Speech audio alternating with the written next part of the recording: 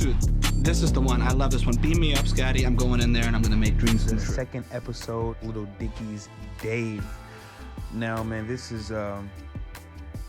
episode is really a little different for Dave, man. This episode mainly goes in depth with Little Dicky's first performance, but it's not the traditional first performance for a rapper, because traditionally we'll think of a rapper performing at a nightclub or a special event, but Little Dicky was put in a weird predicament when he attended his girlfriend's school where she teaches first and second graders.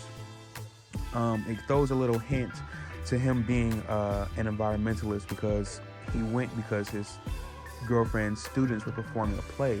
It was basically about saving the earth, pollution, and other things like that. But after the performance was over, him and his girlfriend were talking. Another teacher came over and basically let them know that a kid had died, but this kid, his parents were there as well, and they would like to meet Lil Dave because their kid was a huge Lil Dicky fan. So they met or whatever, Lil Dicky, they got acquainted, and then they asked LD to perform at the kid's wake. And it pans to like Lil Dicky's face, and you see how shook he was when they asked him, because this is the first time he's actually meeting the parents. He's never met the little kid before, and out of nowhere, these parents are asking, can you perform a heartfelt song at our kid's wake? Now, there's two things wrong with that a little bit. One, Little Dicky's style of rap isn't really uplifting, or really isn't the kumbaya type of your son just passed. Like, that's not really his range. He's more of a comedic, funny rapper, and he has a lot of props as well. His parents basically explained that their kid loved Macklemore and Little Dicky and rappers of that sort as well. Later in the episode, you see that Dave's basically put in a conundrum because he don't know how to perform this hip-hop song or this rap song at this kid's wake. And he goes to his friends. He's complaining basically about how the parents act. Like, they didn't know Lil Dicky or anything and know if he was busy or anything like that. They assumed. And how can you say no to that? Like, their kid just died and you're asking me to perform. It's like, how do you say no? If you say no, you're an asshole. If you say yeah, you're putting yourself in a situation that's not really ideal for you. But he did it anyway because Dave's a good guy, I guess. And he also, you see throughout the episode that people are referring to him in the company of Macklemore, and he gets a little irritated that people keep comparing him and Macklemore. I don't think maybe because they're both white rappers or whatever, or artists or anything like that. But Lil Dicky thinks he should be in the conversation with Young Thug and company, you know. So he's stressed out about that.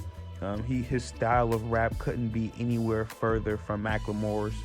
So as they get the performance stage set up and everything for this kid's wake and Little Dicky perform it, you can see him being nervous because not only this is his first performance, this is not how his first performance should go. Secondly, he doesn't know how the crowd's going to react to the song, because it pans to the audience and you see kids hugging each other, crying and everything like that. Dave really has like a different style of rap that might not fit that particular audience. So that's two things on his mind. You see he gets a little agitated and things like that as well. His friend actually forgets to bring, I want to say, the song or the picture or of the kid in the background or whatever, and he gets a little agitated. You can see it, how he talks to his friends or whatever like that.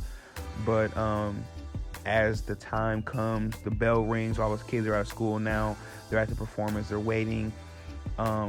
Out of nowhere, Macklemore pops up and the parents are ecstatic. The parents are like, man, it's Macklemore, you know, my kid bought all his posters.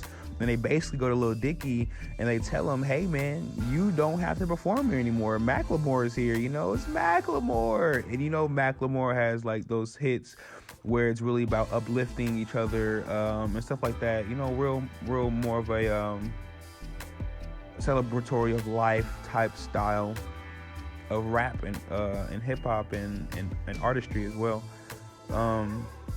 And little Dicky is basically like he's saved. You know, he's saved from having to do the song he doesn't know that the crowd's gonna react to, doing this favor for the parents. He doesn't even know the kid. Like, he doesn't know the kid or the parents, you know, so how can it really be a heartfelt song? But you see how Dicky's face looks. It looks as if he's disappointed. You know, not only will people keep comparing him to Macklemore, but this kid's parents took Macklemore over him. Now, how does he feel? And out of nowhere, an artist that you're always compared to, mainly probably because you're white, pops up and steals your shine, steals your 15 seconds of fame. Keep in mind, this was actually Little Dicky's first performance, and it's been taken over by Macklemore, man. Like, that's so ironic. It's ridiculous. Now, going into episode 3, like I did before, I will not only break down the episode, I'll also give a summary and basically my thoughts. What are your thoughts? Did you like this episode? Do you like Macklemore or Dicky? Who's better, Macklemore or Dicky? Leave your comments in the comment section, like, subscribe, and I'll see you next episode. Continue.